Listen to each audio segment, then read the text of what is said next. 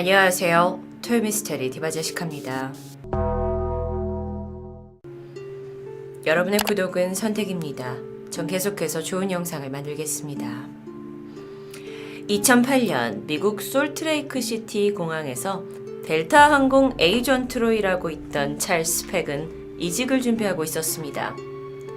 그 이유는 지난 1년간 장거리 연애를 해온 약혼자 안드레아와 좀 더 진지한 관계로 발전하고 싶었기 때문인데요. 그래서 그는 결국 직장과 거주지를 새로운 도시 LA로 옮기는 것을 아주 진지하게 고려하고 있었죠. 그러다가 LA 근처 산페르난도 밸리 지역에 있는 한 소규모 공항이 새롭게 개통한다는 소식을 듣고 이력서를 제출합니다. 그리고 얼마 지나지 않아 인터뷰 일정을 잡기 위한 한 통의 전화를 받게 되죠. 인터뷰 당일은 2008년 9월 12일이었습니다.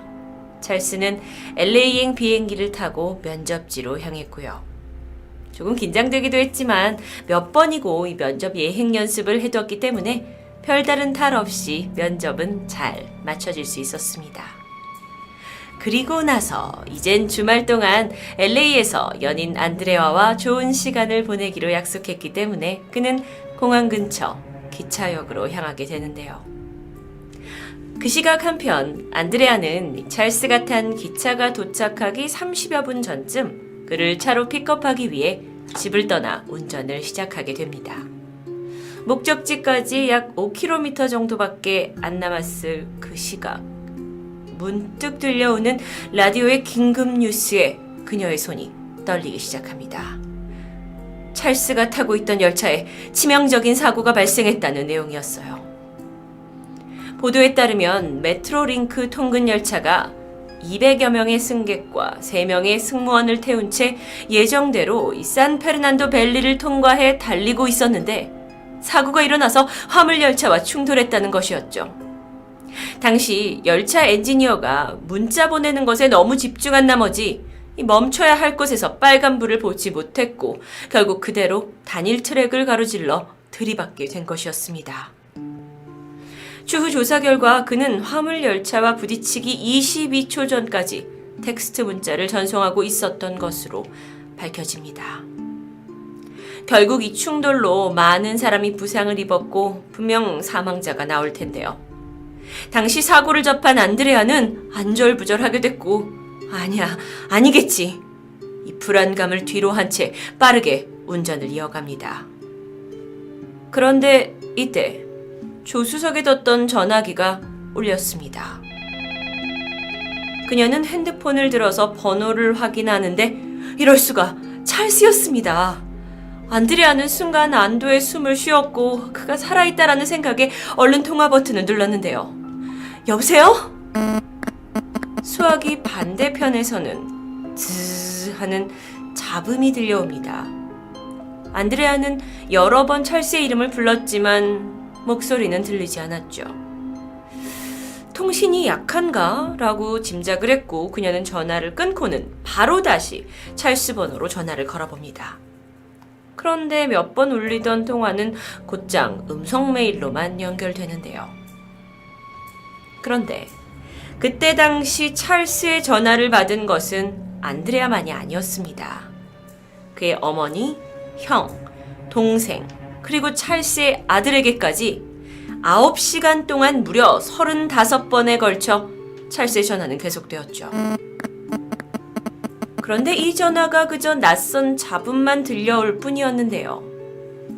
그렇다 하더라도 전화를 받은 가족들은 그리고 안드레아는 혹시 그가 말은 하지 못하고 있지만 어디선가 구조를 요청하면서 위치를 파악하게끔 계속 전화를 건다고 생각합니다. 즉 그건 그가 살아있다는 거고 끝까지 희망을 저버릴 수 없었는데요.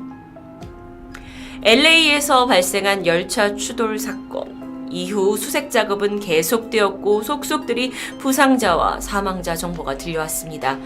그리고 찰스의 35번째 마지막 전화가 울린 지 1시간 후 찰스는 싸늘한 주검으로 발견됩니다. 아니겠지, 살아있겠지 하면서 간절히 기다리던 모두가 좌절하게 되었죠. 그런데 여기서 이상한 정황이 발견됩니다. 구조대원이 이 처참한 현장 속에서 찰스의 시신을 발견했을 때 그 상황으로 봐서 찰스는 사고 직후 즉사한 것처럼 보였기 때문입니다. 뿐만 아니라 그의 휴대폰이 주변에 없었는데요. 그래서 위치 추적을 할 수도 없는 상황이었죠. 그렇다면 지난 9시간 동안 걸려온 그 전화는 무엇이었을까요? 찰스의 가족들은 당혹스러웠습니다. 분명 발신자도 그의 번호였는데요.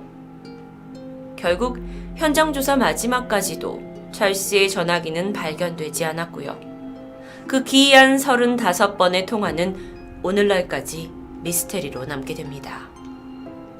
망자로부터의 전화, 이건 비단 찰스 주변인만 겪은 일이 아닙니다. 그의 이름은 조지 미크, 전자음성 현상이라는, 즉 영어로 EVP라고 부르는 기술을 연구하는 사람으로서 그는 죽은 자의 음성을 녹음하고 또 연구하는 사람으로 잘 알려져 있는데요. 특히나 영혼과 대화를 할 수 있다라는 스피리콤이라는 그 어떤 기계를 개발한 것으로도 유명합니다. 그러던 1994년 그는 20년 전에 사망한 이 EVP 연구계의 선두자였던 콘스탄틴 라도베 영혼과의 통화 내용을 공개하게 되는데요. 한번 들어보시죠.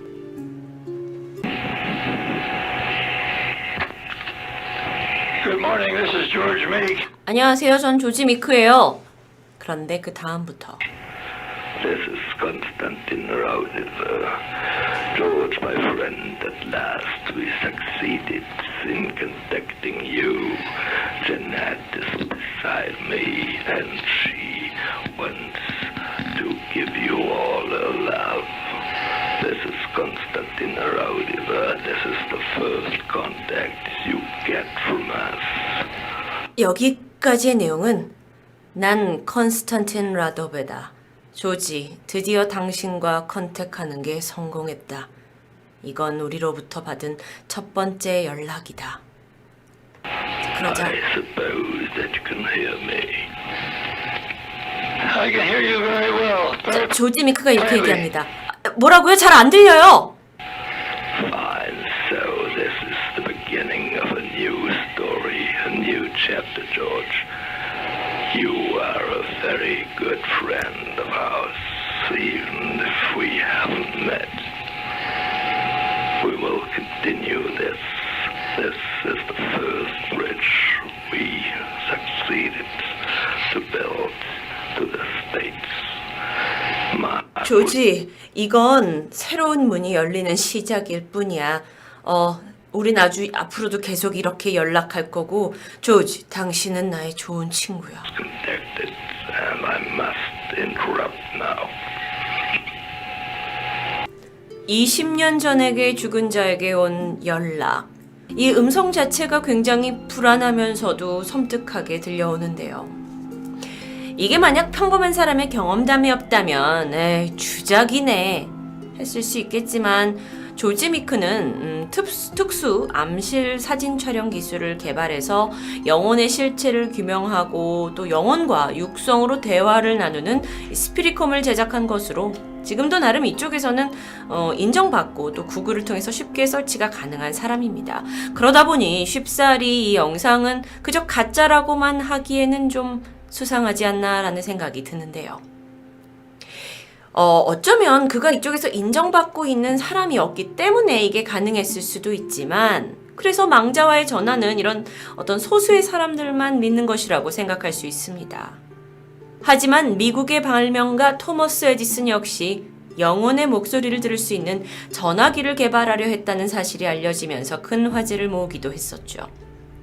그의 회고록인 일기와 몇몇 관찰에는 이 마지막 장에 이 자신의 아이디어에 대한 내용을 상세히 기록한 바가 있다고 합니다. 이 책은 사후 1948년에 발간이 되었는데요. 영문판에서는 이상하게도 이 마지막 장이 삭제됩니다.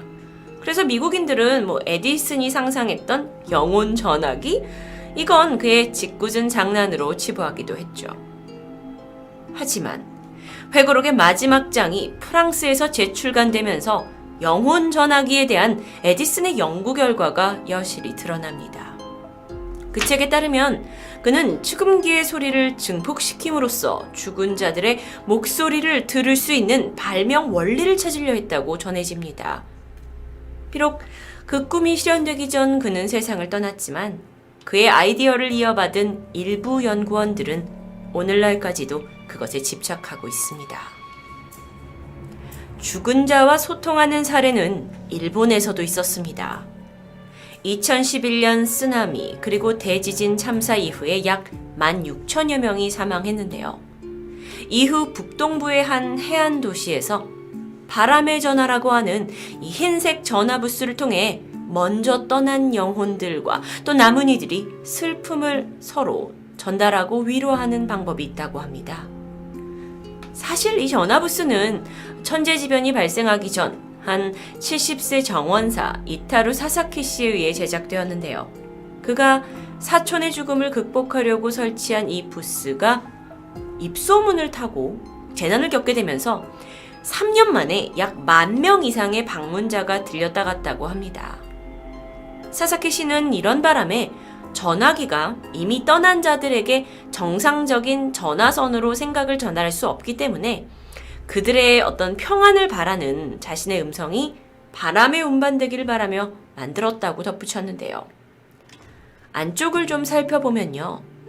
전화선이 끊긴 구식 다이얼, 전화기, 그리고 노트, 펜이 들어있습니다. 어떤 사람들에게는 이러한 의식이 좀 비이상적으로 비춰질 수도 있겠지만 이곳을 방문하는 사람들은 이 전화를 통해 이 세상 사람이 아닌 그들과 소통하고 또 언젠가 다시 볼 수 있을 거라는 긍정적인 기운을 얻어가기도 합니다. 여러분, 오늘은 죽은 자, 망자에게 걸려온 전화를 주제로 이야기를 드렸는데요. 과연 그 소통이 정말로 가능한 일일까요? 보통 죽은 이와 전화통화가 연결되었을 때 공통적인 특징을 보면 발신자 표시가 제한되어서 번호가 없이 걸려오기도 하고요. 이내 수화기 넘어 들려오는 들릴 듯 말 듯한 음성, 그리고 회선 상태도 좋지 않은 듯 신호가 잘 끊겨진다고 합니다. 그리고 이마저도 오래 지속되지는 않는데요.